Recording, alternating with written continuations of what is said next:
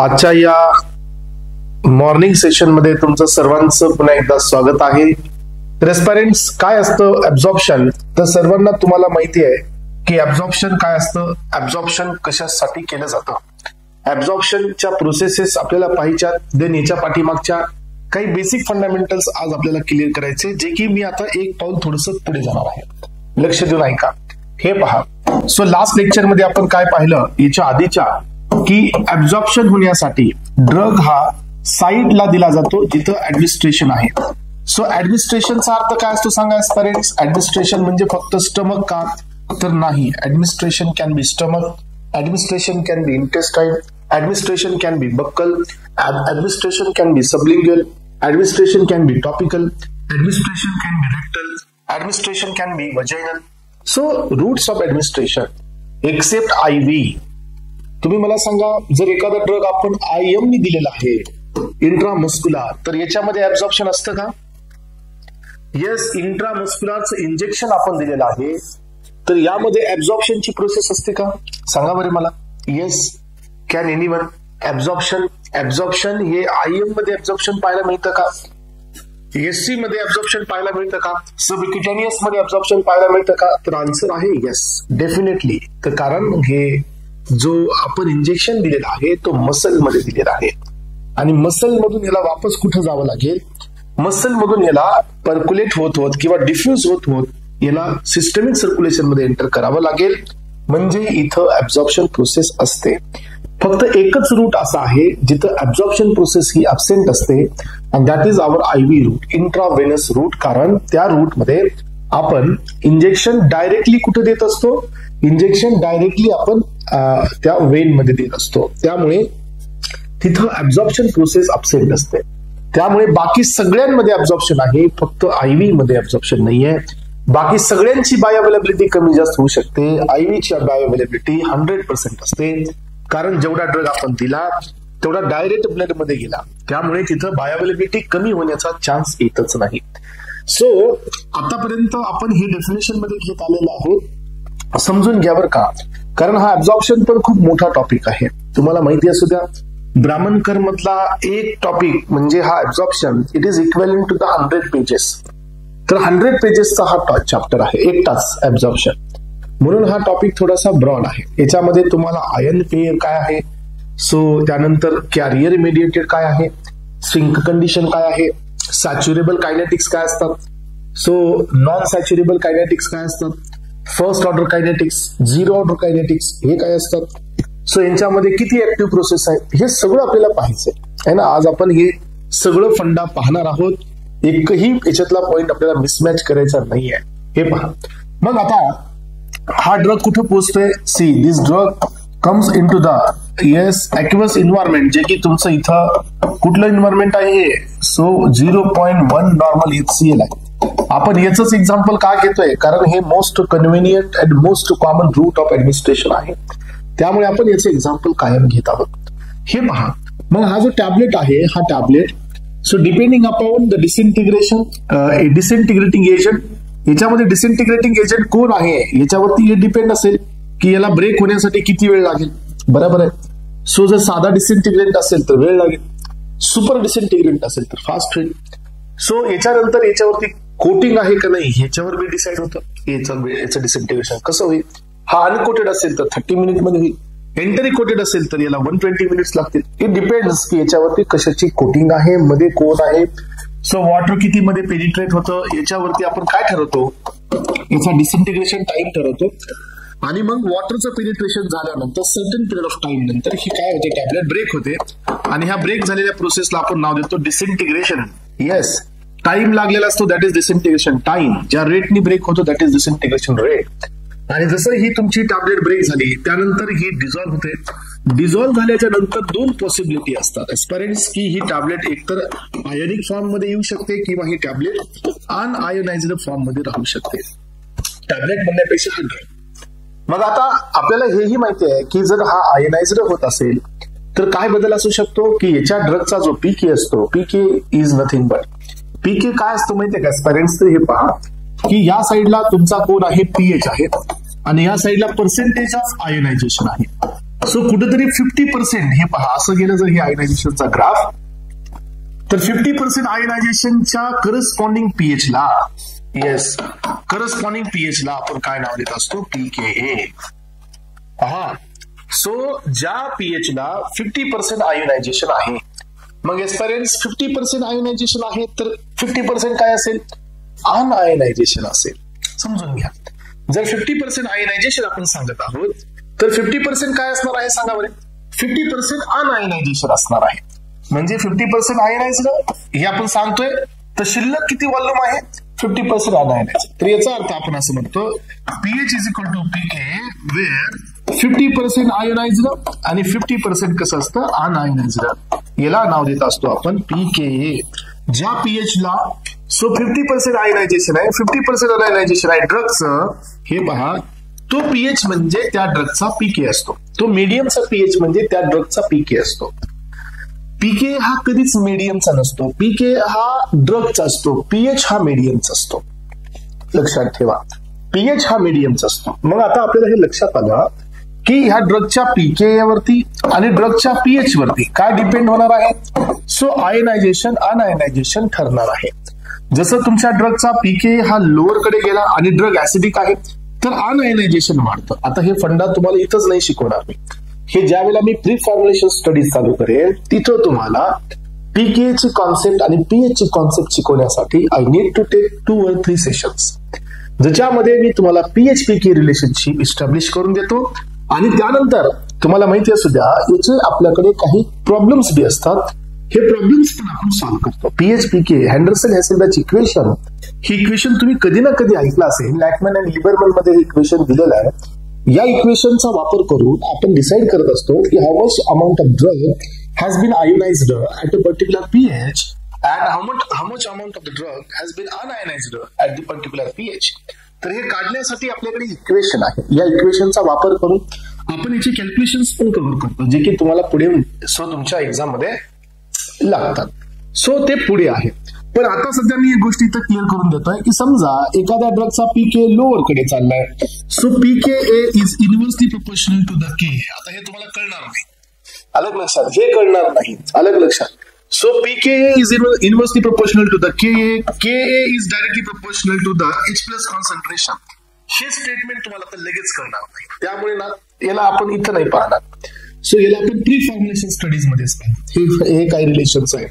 So आता सध्या हे लक्षात ठेवा की काय झालंय की पीएच पीके मध्ये, सो पीएच आणि पीके च्या अकॉर्डिंगली ड्रग हा अनआयोनाइज्ड राहिला, तर ड्रग हा सो काय राहतो, त्यालाच आपण म्हणतो नॉन पोलर.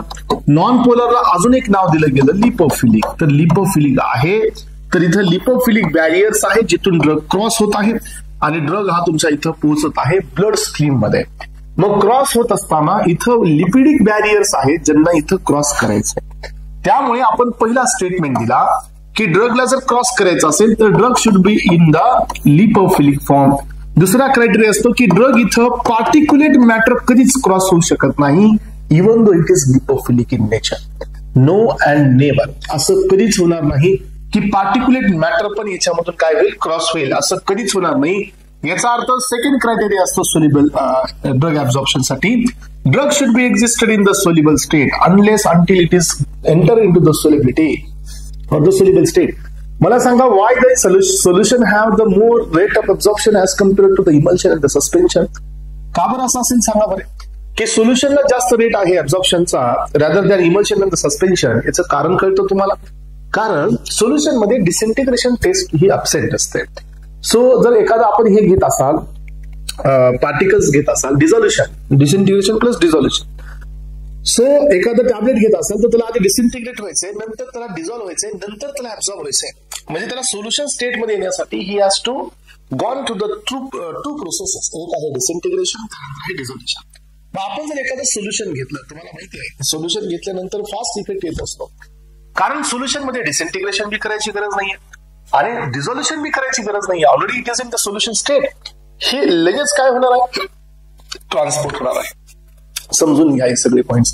मग आता आपल्याला लक्षात आलं की सोल्युबिलिटी ही मॅन्डेटरी आहे. आणि तिसरा पॉइंट असतो तो म्हणजे त्या ड्रगचा मॉलिक्युलर वेट. सो ऍब्झॉर्प्शन होण्यासाठी ह्या 3 क्रायटेरियाला आपल्याला कन्सिडर करावं लागतं. मग आता ऍब्झॉर्प्शनचे 2-3 प्रकार आहेत. सो एस्पायरन्स हे लक्षात घ्या, आपल्या ऍब्झॉर्प्शन मध्ये एक महत्वाची डेफिनेशन असते, ती म्हणजे ऍडमिनिस्ट्रेट करणे. Yes, administration. सो पासून ड्रग कुठं ट्रान्सपोर्ट होते? सर्क्युलेशन मध्ये. इथं एक शब्द आपल्याला वापरावा लागतो, आणि this is what the until the equilibrium. हे लय महत्वाचा पॉइंट आहे, अंटिल द इक्विलिब्रियम. ते बी आज समजून घेऊया की अंटिल द इक्विलिब्रियम म्हणजे काय. जिथपर्यंत दोघात समानता येत नाही तिथपर्यंत. समजा आता हे बीकर आहेत, हे बीकर, याच्या दोघांमध्ये यांची ओपनिंग आहे. हे बीकर फुल आहे आणि हे बीकर पूर्ण एम्प्टी आहे. इथं एक नॉब आहे. समजा आता तुम्हाला या बीकर मधलं वॉटर या बीकर मध्ये पाठवायचंय. Do you need the energy? तुम्हाला एनर्जीची गरज लागेल? मला वाटतं नाही लागणार आहे. कारण का? सो तुम्ही तेवढे हायपोथेटिकली स्ट्रॉंग असाल की इथं ऑलरेडी वॉटर जास्त आहे, वॉटरचा ग्रेडियंट त्या बीकर मध्ये जास्त आहे. Then if I open the knob, so definitely without using the motor काय होणार आहे की याच्यातलं वॉटर हे कुठं जाईल? इकडं जाईल, आणि I will get the equilibrium. तर स्टेटमेंट वाईज लक्षात ठेवा, ज्या वेळेला इक्विलिब्रियम येतं सो त्या वेळेला ट्रान्सपोर्ट हा स्टॉप होत असतो. लक्षात ठेवा, इक्विलिब्रियम म्हणजे अशी कंडिशन जिथं ड्रग ट्रान्सपोर्ट हा स्टॉप होत असतो. स्टॉप म्हणजे बंद होत असतो. सो तुम्हाला हे मनामध्ये असं असेल की सर हे असं कसं आहे? लेट मी जस्टिफाय दिस स्टेटमेंट. हे असं का होत आहे याचं जस्टिफिकेशन मी तुम्हाला देत आहे. Just wait and watch. So आता पहा की जर ड्रग माझा इथं आधी हा बीकर फुल होता, तर इथून हा ड्रग माझा विदाउट एनर्जी इकडे पास झाला, आणि कधीपर्यंत वॉटर इथून इकडे गेलं? जोपर्यंत दोघांमध्ये समानता नाही. आता तुम्ही नॉब ओपन ठेवा, नाही तर काही करा, काय मिळेल तुम्हाला? No transport. ड्रग ट्रान्सपोर्ट होणारच नाही. त्याच्यामध्ये आपल्याला एक स्टेटमेंट लक्षात आलं की कुठून कुठं वॉटर ट्रान्सपोर्ट झालं सांगा. वॉटर ट्रान्सपोर्ट झालं हाय कॉन्सन्ट्रेशन कडून लो कॉन्सन्ट्रेशन कडे. सो वॉटर कुठून कुठं पास झालं सांगा? वॉटर हे पास झालेलं आहे हाय कॉन्सन्ट्रेशन कडून लो कॉन्सन्ट्रेशन कडे, आणि हे पास होत असताना कुठल्याही प्रकारची एनर्जी वापरलेली नाहीये. So without expenditure of ATPs, म्हणजे विदाउट एक्सपेंडिचर ऑफ एनर्जी काय झालेलं आहे? वॉटरचं ट्रान्सपोर्ट झालेलं आहे हाय कॉन्सन्ट्रेशन कडून लो कॉन्सन्ट्रेशन कडे. कळालं सगळ्यांना? मग आता जर समजा मला इथून वॉटर पुन्हा अजून इकडे पास करायचंय, then what should I do? मला काय करावं लागेल? I need to go for the motor. Then मला मोटरचा वापर करावा लागेल. यानंतर काय होईल माहितीये की कॉन्सन्ट्रेशन फिनॉमिनॉन राहणारच नाही. येस, कॉन्सन्ट्रेशन फिनॉमिनॉन राहणारच नाही. जर मी इथं मोटरचा वापर करत असेल तर होणार काय की मी ह्या ठिकाणचं आता दोन्हीकडलं कॉन्सन्ट्रेशन सेम आहे. इकडून इकडे वॉटर टाकतोय, याचा अर्थ की इथं किती झालं? आता थोडंसं जास्त. सो मग अजून मी इथून इकडे टाकतोय म्हणजे अजून इथं किती झालं? जास्त. पुन्हा अजून टाकतोय तर हे जास्त, हे जास्त. याचा अर्थ आता मी इथं काय करत आहे? लो कॉन्सन्ट्रेशन कडून वॉटर ट्रान्सपोर्ट करत आहे हाय कॉन्सन्ट्रेशन कडे. आणि हा ट्रान्सपोर्ट कसा करतोय? तर हा ट्रान्सपोर्ट विथ एनर्जी करत आहे, विथ एटीपी. बरोबर आहे का? लक्षात ठेवा, याच्यामध्ये कोणताही ग्रेडियंट फोर्स नाहीये. आता तुम्हाला ग्रेडियंट फोर्स काय असतो तो तुम्हाला मी सांगतो. तर एस्पायरन्स एक फोर्स असतो ट्रान्सपोर्टचा, that is called as a gradient force. जसं की तुमच्या घरी तुमच्या टेरेसवरती, सो हे पहा काय ठेवलेलं असतं? तुम्ही टंकी ठेवलेली असते पहा. सो त्या टंकीमध्ये तुम्ही खालून वॉटर वरी पाठवता. खालून वॉटर वरी पाठवण्यासाठी तुम्हाला काय वापरावं लागते? मोटर. पण वरून खाली पाणी येण्यासाठी, टॅपला पाणी येण्यासाठी, सो नॉबला पाणी येण्यासाठी तुम्हाला एनर्जी लावायची गरज नाही. Just you open the knob, you open the tap, तुम्हाला लगेच वॉटर मिळून जाईल. असं समजून घ्या की तुम्ही खाली आहात, तुम्ही नॉब ओपन केला, ही टॅप ओपन केली समजा तुम्ही, तर तुम्हाला कसं कळतं की वरची टंकी फुल आहे? सांगा बरं, हे कसं कळतं? आणि तुम्हाला हे कसं कळतं की हे टॅप ओपन केल्यानंतर की वरच्या टंकीतलं वॉटर संपलं? हे कसं कळतं? येस, या दोघांचं अंतर कळतं तुम्हाला. संपलं नाही, संपत आलं हे कसं कळतं? आणि फुल आहे हे कसं कळतं? हे तर तुम्ही प्रॅक्टिकली पाहिलंय. हा definitely it is just because of pressure. ज्या वेळेला टंकी फुल आहे त्यावेळेला वॉटरचा फ्लो ह्याच नॉबनी फुल आहे. ज्याला टंकी आता संपत आलेली आहे तर वॉटरचा फ्लो स्लो झालेला आहे. म्हणजे काय झालं की की आता इथं आपल्याकडे पण लक्षात ठेवा, एक साइडला 500 mg ड्रग आहे आणि एक साइडला 0 mg आहे, एक साइडला 200 mg आहे, एक साइडला 0 mg आहे. तर सर हे दोन्ही बी जे ट्रान्सपोर्ट असतात ना, हे दोन्ही बी ट्रान्सपोर्ट हाय कॉन्सन्ट्रेशन कडून लो कॉन्सन्ट्रेशन कडे जाणारे आहेत. मी पण तेच म्हणतोय.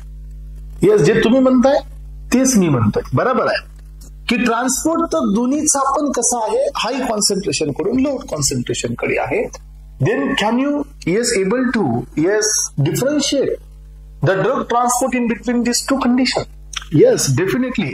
याचा drug transport per minute 20 mg चा जर असला तर याचा ट्रान्सपोर्ट पर mg आपण 5 mg चा घ्यावा लागेल किंवा 7-8 mg चा घ्यावा लागेल. असं का घेतलं बरं सांगा मी? हे पण हाय कडून लो कडे आहे, हे पण हाय कडून लो कडे आहे. मग याचा एवढा जास्त आणि याचा एवढा कमी का? तर रेस्पायरन्स हे डिपेंड असतं. ड्रग ट्रान्सपोर्ट किती फोर्सली डिपेंड होणार आहे ते डिपेंड असतं the concentration difference across the biological membrane. So concentration difference across the biological membrane it means blood मध्ये कॉन्सन्ट्रेशन किती आहे आणि जीएटी मध्ये किती आहे. सो ब्लड मध्ये 0 आणि जीएटी मध्ये 500, तर दोघांच्या मधला गॅप किती आहे? 500. सो या दोघांच्या मधला गॅप किती आहे? 200. समजा आपण इथं 100 घेऊ, या दोघांच्या मधला गॅप किती आहे? तर 100. तर रेस्पायरन्स हा जो गॅप असतो ना, gap will directly proportional to the gradient force. मग आता कुणाचा ग्रेडियंट फोर्स जास्त? तर ग्रेडियंट फोर्स हा याचा जास्त. कारण का? जर मी आता असं केलं, समजा इथं जर मी अशी कंडिशन केली, इथं मी टाकलं 400 mg. आता काय झालं? तुझ्या तिकडे 500 आहे बेटा, त्याच्याकडे बघायचं नाही. काय बघायचं? दोघांच्या मधला गॅप काढायचा आहे. दोघांच्या मधला गॅप याचा किती आहे? आता 100 आहे, तर याचा ग्रेडियंट फोर्स स्लो आहे. मग याचं आता जे ऍब्झॉर्प्शन असणार आहे ते लेस खूप स्लो असणार आहे. याचा अर्थ तुम्हाला एक स्टेटमेंट क्लिअर करायचं आहे की ड्रग ट्रान्सपोर्ट ज्या वेळेला हाय कॉन्सन्ट्रेशन कडून लो कॉन्सन्ट्रेशन कडे जात असतो त्यावेळेला एटीपीची अजिबात गरज होत नाही. एटीपीची अजिबात गरज लागत नाही. We are not using the ATPs for this process. पण ही जी प्रोसेस असते ही कुणावर डिपेंड असते? It is depends on the concentration gradient. हे पहा, आता आलं का हा शब्द कॉन्सन्ट्रेशन ग्रेडियंट? जेवढं ग्रेडियंट जास्त तेवढा रेट ऑफ ड्रग ट्रान्सपोर्ट जास्त असतो. हे पहा, द रेट ऑफ ऍब्झॉर्प्शन और transport is directly proportional to the gradient force. तुम्ही सर इथं बी ग्रेडियंट फोर्स आहे, इथे बी ग्रेडियंट फोर्स आहे, इथे बी हा सगळीकडेच आहे, पण सगळ्यांचा रेट वेगवेगळा आहे. जसं की वरील जास्त टंकीमध्ये वॉटर असल्यामुळे त्या आपल्या वॉटरचा प्रेशर जास्त होता, याच्या टंकीमध्ये वॉटर कमी असल्यामुळे याचं प्रेशर येणारं कमी होतं. वॉटर दोन्हीमध्ये येत आहे पण दोन्हीमध्ये प्रेशर वेगळं आहे. वॉटर बाहेर येण्याचं प्रेशर वेगळं आहे. आणि हे प्रेशर एक्झर्टेड कशावर डिपेंड असतं की इनिशियल अमाऊंट किती आहे वरती, त्याच्यावरती ठरतं की प्रेशर किती येणार आहे. आलं का लक्षात सगळ्यांच्या? त्यामुळे पहिलं स्टेटमेंट लक्षात ठेवा, ड्रग ट्रान्सपोर्ट होत असताना कुठल्याही प्रकारची एनर्जी यूज नाही करण्यात आली. That transport is called as a passive transport. आणि हा ट्रान्सपोर्ट डिपेंड असतो कशावरती? हा ट्रान्सपोर्ट डिपेंड असतो तुमच्या ड्रगच्या ट्रान्सपोर्ट वरती. आणि हे लक्षात ठेवा, त्यामुळे आपण काय नाव देतो की rate of drug transport is directly proportional to the concentration gradient. जेवढं कॉन्सन्ट्रेशन ग्रेडियंट आहे म्हणजे काय? The difference across the biological membrane. जेवढा डिफरन्स जास्त तेवढा ड्रग ट्रान्सपोर्ट जास्त. जेवढा डिफरन्स कमी, आता काय होणार की इथं 500 आणि इथं बी 500, काय झालं मग सांगा? या दोघांमध्ये कॉन्सन्ट्रेशन ग्रेडियंट किती आहे? 0. तर आता यांचं ट्रान्सपोर्ट होणार नाही आणि याला नाव द्यायचं सॅच्युरेशन. सॅच्युरेशन याला अजून एक नाव द्यायचं इक्विलिब्रियम. मी तुम्हाला आधीच सांगितलं इक्विलिब्रियम म्हणजे काय? दोन्हीकडे समानता येणे. आणि त्या केसमध्ये ड्रग ट्रान्सपोर्ट हे थांबत असतो. मला स्टेटमेंट वाईज क्लिअर करून घेऊ द्या. मला जे सांगायचंय आजच्या लेक्चरमध्ये ते क्लिअर झालं पाहिजे. हे पहा, ड्रग ऍब्झॉर्प्शन हे हाय कॉन्सन्ट्रेशन कडून लो कॉन्सन्ट्रेशन कडे जात आहे. हे ट्रान्सपोर्ट होत असताना एटीपीची गरज लागणार नाही. जर इकडे जास्त आहे इकडे कमी आहे, म्हणजे हे ट्रान्सपोर्ट कसं आहे? कॉन्सन्ट्रेशन ग्रेडियंट आहे. हे ट्रान्सपोर्ट कसं आहे? तर डाऊन हिल प्रोसेस आहे. Down hill process. याचा अर्थ हिल वरून खाली येताना जशी एनर्जी लागत नाही तसं कॉन्सन्ट्रेशन हाय कडून लो कडे जाताना एनर्जी लागत नाही. म्हणून ही कॉन्सन्ट्रेशन डिपेंडेंट आहे, डाऊन हिल प्रोसेस आहे. या प्रोसेसला एटीपीची गरज नाहीये. सो पण लक्षात ठेवा, तुम्ही म्हणाल सर तुम्ही म्हणलेलं तर ऍक्सेप्टेड आहे, पण आता झालं काय की तुमच्या स्टेटमेंटनुसार मी आता जाणार आहे. हे पहा तुमचं स्टेटमेंट. सो नाही Saira madam, due to gravity इथं लागणार नाही. सो याच्यामध्ये ग्रॅव्हिटीचा रोल नाही आहे. ग्रॅव्हिटेशनल फोर्स हा कुठे येतो? इथं नाही येत आहे, लावायचं नाही. ते तिकडे डायव्हर्ट होईल, इकडे नका करू. हे पहा. सो आता ही माझी टॅबलेट आहे सर, मी तुम्ही दिलेल्या स्टेटमेंटने जाणार आहे. बरोबर आहे, ठीक आहे. चला तर आता माझं स्टेटमेंट तुम्ही फॉलो करा. आता सध्या माझ्याकडे ड्रग किती आहे? 500 mg आहे. सो ब्लड मध्ये किती ड्रग आहे? 0 mg आहे. तर दोघांच्या मधला जीएफ काय झाला? कॉन्सन्ट्रेशन ग्रेडियंट फोर्स किती आला? 500 mg चा फोर्स आहे, म्हणजे दोघांच्या मध्ये एवढा गॅप आहे. बरोबर आहे. मग आता काय झालं की गॅप असल्यामुळे काय लागलं नाही, एटीपीची गरज लागली नाही, आणि हळूहळू हा ड्रग इकडे चालला. पहिल्यांदा 50 mg आला, नंतर 50 आला, नंतर 50 आला, नंतर 50 आला, नंतर 50 आला. किती झाला मग इकडं टोटल मारा, हा झाला 250, आणि इथं किती शिल्लक राहिला? 250. मग आता तुमचं काय म्हणणं आहे सर, आलं का नाही? काय आलं आता हे? So this is called equilibrium. Equilibrium आलेला आहे सर. आणि तुम्ही आता स्टेटमेंट दिलं होतं की इक्विलिब्रियम मध्ये काय होत नाही, दोन्हीकडे समानता आली तर काय, कोणता फोर्स न्यूट्रल झाला सांगा? दोन्हीकडे समानता आली तर ग्रेडियंट फोर्स किती झाला? Is equal to 0. आणि ज्याला gradient force is equal to 0 असतो त्याला ड्रग ट्रान्सपोर्ट होतच नाही. हे तुम्हीच शिकवलं सर आता मला. मग याचा अर्थ काय म्हणणं आहे तुम्हाला की सर 500 mg ची टॅबलेट दिली तर 250 mg ऍब्झॉर्ब होतो, आणि बाकीचा 250 mg कुठे जातो? वेस्ट जातो. असं होतं का? येस, असं होतं का? नाही, असं होत नाही. लक्षात ठेवा. मग आता तुम्ही म्हणा सर मग काय होणार आहे? तुमचं म्हणणं बरोबर आहे, कारण अर्धा डोस जर वेस्ट चालला तर डोस देऊन काही फायदाच नाही. कंपनीचा किती नुकसान आहे बरं, आपलं किती नुकसान आहे त्यात. ड्रग घ्या पण मध्ये अर्धाच झाला, हाफच झाला. मग याच्यासाठी काय आहे? मग या गोष्टीसाठी आपलं टार्गेट असतं ऍब्झॉर्प्शन घेत असताना. सो अर्ली इक्विलिब्रियम या ठिकाणी अलाउड नाहीये. लक्षात ठेवा. ऍब्झॉर्प्शनचा पहिला नियम, पहिले 3 नियम आपण पाहिले. Drug should be existed in unionised state, drug should be existed in the soluble state, drug should be having the low molecular weight. आणि चौथा नियम लक्षात ठेवायचा की इक्विलिब्रियम नाही आलं पाहिजे. अलग लक्षात, इक्विलिब्रियम नाही आलं पाहिजे म्हणजे काय? सो इक्विलिब्रियम जर आलं लक्षात ठेवा तर ऍब्झॉर्प्शन ब्लॉक झालं, म्हणजे स्टॉप झालं. मग एखाद्या ड्रगचं इक्विलिब्रियम अटेंड नाही व्हायचं असेल, कारण ह्या इक्विलिब्रियमला दुसरं नाव काय दिलं मी? सॅच्युरेशन. सॅच्युरेट झाला ड्रग, इकडे दोन्हीकडे सेम झाला म्हणजे सॅच्युरेट झाला. मग आता तर ड्रग ट्रान्सपोर्ट स्टॉप झाला. आपण काय शब्द वापरला डेफिनेशन मध्ये? Transfer of drug from site of administration to the systemic circulation until the equilibrium. आपण हे शब्द काय वापरला? जोपर्यंत इक्विलिब्रियम येत नाही तोपर्यंत. मग आता तर इक्विलिब्रियम आलं, मग आता तर ड्रग ट्रान्सपोर्ट थांबला पाहिजे ना.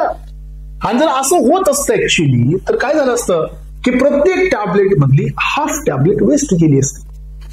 कारण हा ड्रग इथं अनआयनाइज्ड आहे, कारण का इथं ऍसिडिक पीएच आहे, ड्रग बी ऍसिडिक आहे म्हणून तर अनआयनाइज्ड आहे. आता हा इंटेस्टाइन मध्ये गेला तर पीएच कसं असतो? बेसिक. टॅबलेट आहे ऍसिडिक, काय होईल? आयनाइज होईल, तिथून मध्ये येणारच नाही. म्हणजे काय झालं माहितीये का तुम्हाला की हे जे इक्विलिब्रियम झालं ना, हे आपल्यासाठी आहे प्रॉब्लेम. आणि हा प्रॉब्लेम सॉल्व्ह करण्यासाठी what you need to do, तुम्हाला काय करावं लागतं माहितीये का? सो हे इक्विलिब्रियम येऊच द्यायचं नाहीये. येस. मग हे इक्विलिब्रियम कोण प्रिव्हेंट करतं? आपण करतो? नाही, हे प्रिव्हेंट करत असते बॉडी. हे काय करत असते प्रिव्हेंट? हे प्रिव्हेंट करत असते आपली बॉडी. कसं प्रिव्हेंट करते? हा, जसं तुमचा 50 mg ड्रग ब्लड मध्ये पोहोचला. आता ही कुठली ब्लड वेसल आहे? तर ही स्टमक साइडची ब्लड वेसल आहे. बरोबर आहे. जसा 50 आधी किती होता? 0. येस. आता तिकडून किती आलाय? सो 50. आता तिकडं किती शिल्लक आहे? 450. आता इथं किती आलाय? 50. तर काय होतं माहितीये का? इन्स्टंटली म्हणतो मी, instantly instantly whatever the drug reaches into the systemic circulation swept away from the site of administration. याचा अर्थ काय की हा ड्रग लागलीच काय होतो इथून पसरतो दुसऱ्या लोकेशनला जातो ब्लड मध्येच पण जीआयटी साईटला नाही. आलं लक्षात. हा ड्रग कुठे जातो मग बाकीच्या ब्लड पर्यंत पोहोचतो. समजा इकडे आला हा सो हा लेगच्या ब्लड वेसल मध्ये आला इथं आला तो ड्रग मग आता तो तिथं बी ब्लड मध्येच आहे. तर आता काय झालं की GIT concentration so it is again become a zero. कळालं का सगळ्यांना. आणि this condition is called as a sink condition. याला म्हणलं जातं सिंक कंडिशन. पुन्हा वापस 50 आला पुन्हा तो डिस्ट्रीब्यूट झाला पुन्हा हा किती झाला 0 mg. म्हणजे लक्षात ठेवा तुमचा ड्रग जोपर्यंत तिकडे 1 mg राहत नाही तोपर्यंत इकडे 0 पुन्हा 1 बी इकडेच येतो. सो याचा अर्थ असतो की आपल्या बॉडीमध्ये सिंक कंडिशन अशी एक कंडिशन असते जी जीआयटी कॉन्सन्ट्रेशन. बघा आपल्याला काय पाहिजे ड्रग ट्रान्सपोर्ट होण्यासाठी काय पाहिजे की GIT concentration so equals to blood concentration झालं तर याला काय म्हणतो आपण सॅच्युरेशन. असं नाही व्हायला पाहिजे. दोन्हीकडलं कॉन्सन्ट्रेशन समान झाल्यावर ऍब्झॉर्प्शन आहे का नाही ना नाही असं नाही व्हायला पाहिजे. मग ऍब्झॉर्प्शन साठी कसं पाहिजे blood concentration is greater than GIT concentration असं पाहिजे का. म्हणजे ड्रग जीआयटी मधून ब्लड मध्ये जाणार आहे का नाही हे तर होतच नाही त्याचा संबंधच नाही. मग आपल्याला ड्रग ट्रान्सफर होण्यासाठी काय पाहिजे माहितीये का GIT concentration is greater than blood concentration. हा आपल्याला असं पाहिजे. आणि असं कोण ठेवतं सांगा असं कोण मेंटेन करतं. शेवटच्या 1 mg पर्यंत इकडे 1 आहे तर इकडे 0 आहे असं कोण केलं तर हे मेंटेन करण्याचं काम सिंक कंडिशन करते. सिंक कंडिशन काय करते whatever the drug reaches into the systemic circulation तो ड्रग बॉडीमध्ये डिस्ट्रीब्यूट केला जातो आणि त्या साईडला ड्रग कॉन्सन्ट्रेशन अगेन 0. असं होत असेल तर काय होणार सांगा की याच्यामुळे काय होणार आहे नो इक्विलिब्रियम. नो इक्विलिब्रियम आणि नो इक्विलिब्रियम तर no saturation.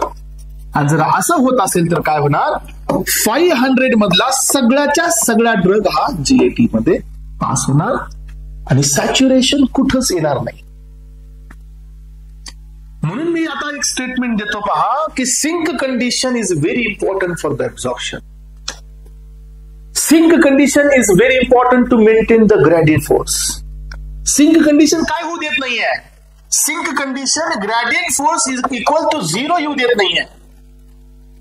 Gradient force equal to 0 कधी येतो ज्याला ही कंडिशन असते दोघांमध्ये समान कॉन्सन्ट्रेशन झालं की ग्रेडियंट फोर्स किती आला इक्वल्स टू 0. हे सिंक कंडिशन नाही होऊ देत आहे. सिंक कंडिशन काय मेंटेन करते की blood GIT concentration always greater असावं दॅन द ब्लड कॉन्सन्ट्रेशन आणि याला आपण नाव देतो सिंक कंडिशन. आणि हे सगळे पॅरामीटर कधी लागू होतात ज्या वेळेला आपण एटीपी शिवाय आपल्या बॉडीत येतो म्हणजे पॅसिव्हली जातो. ऍक्टिव्ह मध्ये काही संबंधच नाही ना तिकडे किती इकडे किती कारण एटीपी घ्यायचंय त्याचा वापर करून फेकायचंय. ऍक्टिव्हला काहीच फायदा नाही काहीच गरज नाही.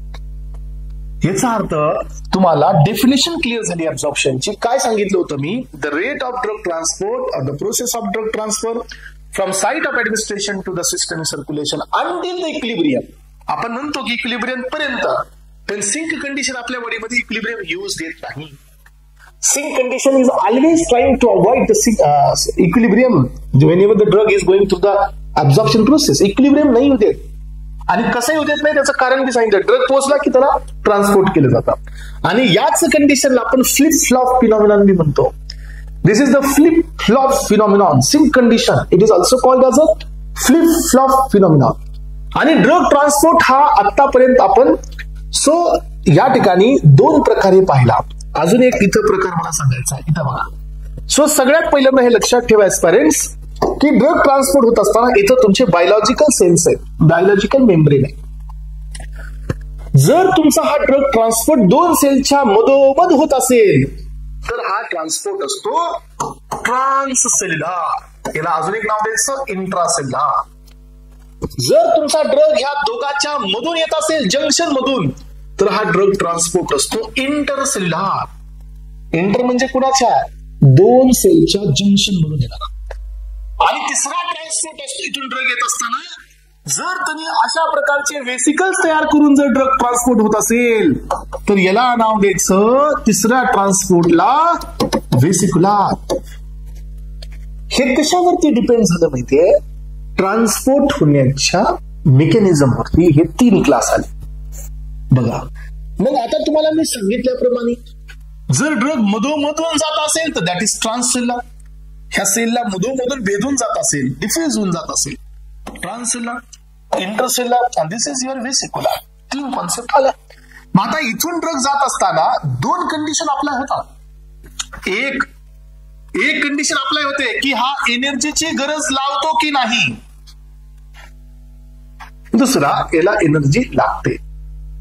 एकाला एनर्जी लागत नाही. ज्याला एनर्जी लागत नाही तो ट्रान्सपोर्ट म्हणजे पॅसिव्ह ट्रान्सपोर्ट. मग आतापर्यंत आपण काय बोलत होतो पॅसिव्ह ट्रान्सपोर्ट बद्दल? पहिल्यांदा लक्षात ठेवा ही डाऊन हिल प्रोसेस आहे. सो कॉन्सन्ट्रेशन डिपेंडेंट आहे. येस.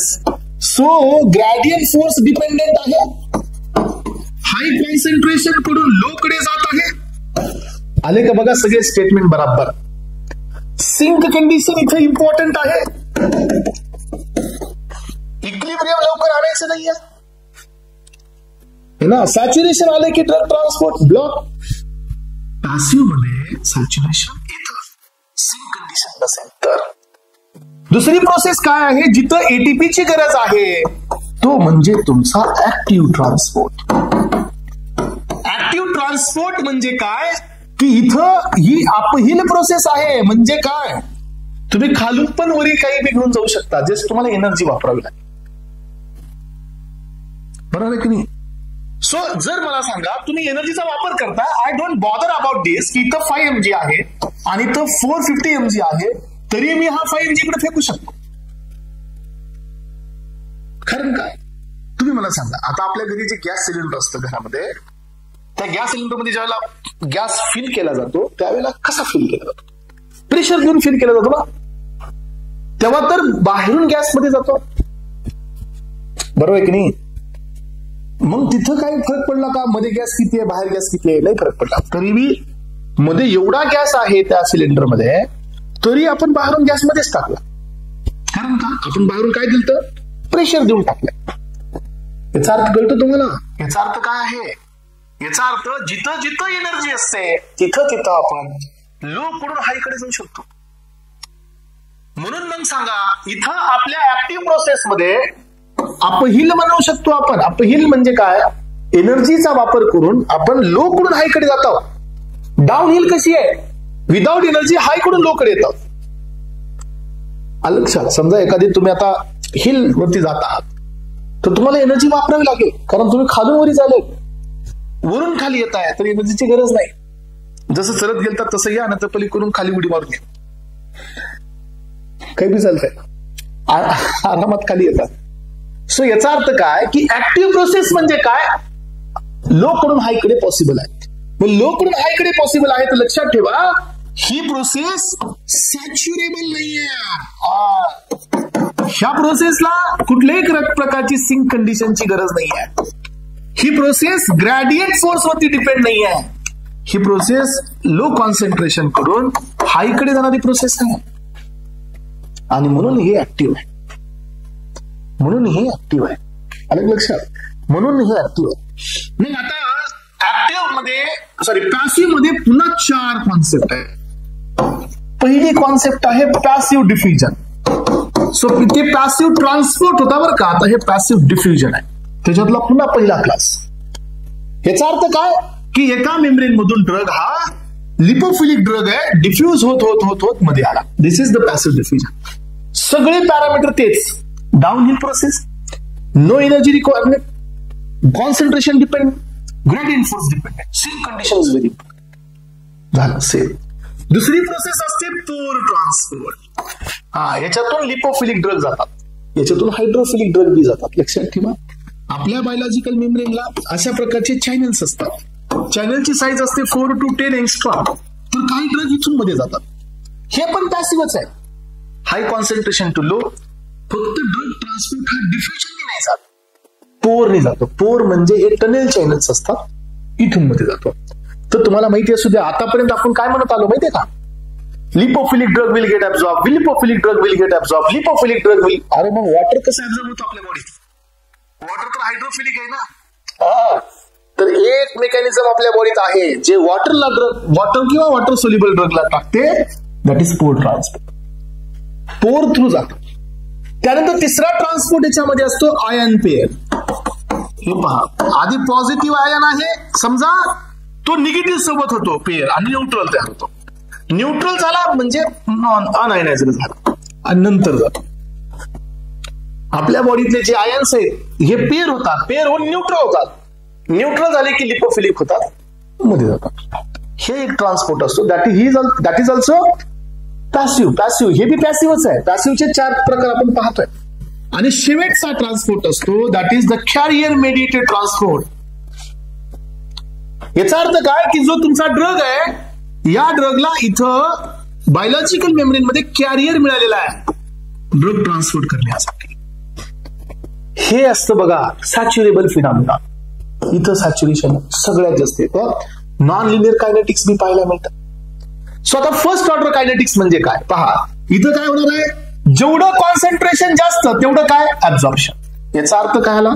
सो कॉन्सन्ट्रेशन वर्सेस ऍब्झॉर्प्शनचा graph. This is first order kinetics. कारण का, जेवढं कॉन्सन्ट्रेशन तेवढं ऍब्झॉर्प्शन. कारण आपण काय स्टेटमेंट दिलं तर कॉन्सन्ट्रेशन डिपेंडेंट ऍब्झॉर्प्शन आहे. मग आता इथं आपण असं म्हणू शकतो का, याच्यामध्ये कॅरियर मध्ये जेवढं कॉन्सन्ट्रेशन तेवढं ऍब्झॉर्प्शन नाही. कारण का, एक लेवल पर्यंत ऍब्झॉर्प्शन, पुन्हा काय होतं, हे कॅरियर संपतात. कॅरियर संपलं की कॉन्सन्ट्रेशन जरी वाढलं तरी ऍब्झॉर्प्शन नाही. म्हणजे इथं तुम्हाला काय मिळायला मिळतं, concentration is directly proportional to the absorption. This is your first order kinetics. आणि इथं काय आहे, इथून इथपर्यंत फर्स्ट ऑर्डर, तिथून पुढे 0 ऑर्डर. 0 ऑर्डर म्हणजे absorption is not depend on the substrate. बघा ना, मग ड्रग किती वाढला पण ऍब्झॉर्प्शन होतच नाहीये. कारण का, ट्रान्सपोर्ट इथं कॅरियर अवेलेबल नाहीये. म्हणून लक्षात ठेवा, याला नाव दिलं जातं मिक्स्ड ऑर्डर कायनेटिक्स. याला अजून एक नाव देतं non linear kinetics, Michaelis Menten kinetics, असे याला नाव असतात. कुणाला? कॅरियर मेडिएटेडला. आता हे पुढे शिकायचं आपल्याला डिटेलमध्ये. आता फक्त आज एक ओव्हरव्ह्यू चालू आहे आपला. मग आता तुम्हाला लक्षात आलं स्टुडंट्स की पॅसिव्ह मध्ये 4 क्लास झाले. पॅसिव्ह ट्रान्सपोर्ट मध्ये passive diffusion, pore transport, ion pair, carrier. Active मध्ये पण 2 क्लास आहेत. ऍक्टिव्ह मध्ये लक्षात घ्या, primary active, secondary active. Secondary मध्ये 2 असतात, सिम्पोर्ट आणि अँटीपोर्ट. म्हणजे काय, दोन्ही एक साईडला येत असतील तर सिम्पोर्ट, एक जात असेल, एक येत असेल तर अँटीपोर्ट. हे शिकू आपण. त्यानंतर पहा वेसिकुलार. वेसिकुलार म्हणजे वेसिकुलार वेसल्सनी किती येतात, तर 2. एक असतो या ठिकाणी फॅगोसाइटोसिस, एक असतो एंडोसाइटोसिस आणि एक्झोसाइटोसिस असतो. एक्झो म्हणजे काय, एंडो म्हणजे सेलच्या मध्ये येणे आणि एक्झो म्हणजे सेल पासून बाहेर जाणे. एंडोचे 2, एक आहे पिनो आणि दुसरा आहे फॅगो. जर मध्ये येणारा जर लिक्विड असेल तर पिनो, मध्ये येणारा जर सॉलिड असेल तर phago. This is cell drinking, this is cell eating. झालं, ऍब्झॉर्प्शनचा पूर्ण क्लासेस संपला इथं. ऍब्झॉर्प्शन हॅज बीन कम्प्लिटेड म्हणायला काय हरकत नाही मला. आता चॅप्टर नाही, ओव्हरव्ह्यू. लक्षात ठेवा, what is the meaning of absorption? Absorption is nothing but the transfer of drug from site of administration to the system in circulation until the equilibrium. Yes, this is unchanged form मध्ये drug absorb व्हायला पाहिजे. Absorption. Equilibrium होणं हे आपल्यासाठी चांगलं नाही आहे, लक्षात ठेवा. Equilibrium it means saturation. आणि इक्विलिब्रियम नाही होऊ देणं हे कुणाचं काम आहे? Sink condition. सिंक कंडिशन कसं वर्कआउट करते की या ठिकाणी ड्रग जो ब्लड मध्ये आला की त्याला बाकीच्या अदर पार्ट्स कडे पाठवते आणि त्या साईडचं कॉन्सन्ट्रेशन 0 मेंटेन करते. That is what the sink condition. जोपर्यंत सिंक कंडिशन आहे तोपर्यंत कधीच GIT concentration equals to blood concentration होणार नाहीये. Whenever the GAT concentration equals to the blood concentration, then gradient force is equal to 0. लक्षात ठेवा. मग ऍब्झॉर्प्शन तीन क्रायटेरिया, 4 क्रायटेरिया आहेत ऍब्झॉर्प्शनचे. एक आहे लिपोफिलिक, दुसरा आहे सोल्युबल, तिसरा आहे मॉलिक्युलर वेट आणि चौथा आहे की तो ड्रग हा काय दिला होता चौथा तुम्हाला. सो ड्रगचं आयनायझेशन अनआयनायझेशन दिला होता की कोणता, हा सिंक कंडिशन, सॅच्युरेबल नाही पाहिजे. सॅच्युरेबल झाला तर मग ड्रग ट्रान्सपोर्ट होणार नाही. Sink condition main criteria. हे पॅसिव्ह साठी लागतात. पण मग ऍब्झॉर्प्शन कसं होतं याच्यावर 3 प्रोसेस आहे, ट्रान्ससेलर, इंट्रासेलर, वेसिक्युलर. ट्रान्स म्हणजे मधोमध होणे, मग तिथं 2 पॉसिबिलिटी आहेत, एक एनर्जी घेऊन एक एनर्जी न घेता. एनर्जी न घेता म्हणजे पॅसिव्ह ट्रान्सपोर्ट. पॅसिव्ह ट्रान्सपोर्टचे 4 characteristics, gradient force dependent, concentration dependent, downhill process, high concentration to low concentration. Sink condition is very important. याच्यात 4 problem, 4 process, passive diffusion, ion pair, pore आणि कॅरियर. हे आता याच्या डिटेलमध्ये पुढे शिकणार. या चौघाला बी काहीच एनर्जी लागत, म्हणजे जेवढे पॅसिव्ह डिफ्युजनचे आपण काय पाहिले, सो कॅरेक्टरिस्टिक्स पाहिले ते सगळ्यांचे. पण कॅरियर मेडिएटेड मध्ये एक गोष्ट लक्षात ठेवायची की इथं सॅच्युरेशन येतं. ह्या तिघात सॅच्युरेशन येत नाही, पण कॅरियर मध्ये सॅच्युरेशन काय येतं, कारण कॅरियर संपतात नंतर. सो त्यानंतर ऍक्टिव्ह मध्ये 2 प्रायमरी ऍक्टिव्ह, सेकंडरी मध्ये 2 सिम्पोर्ट, अँटीपोर्ट संपले. त्यानंतर आपले वेसिक्युलर मध्ये फॅगोसायटोसिस, स्पिनोसायटोसिस. फॅगो म्हणजे काय, मध्ये जर सॉलिड झाला तर फॅगो, मध्ये जर लिक्विड झाला तर पिन. बस एवढं लक्षात ठेवून आपण ऍब्झॉर्प्शनची जबरदस्त सुरुवात करू शकतो आता. चला, thank you so much. Have a nice day.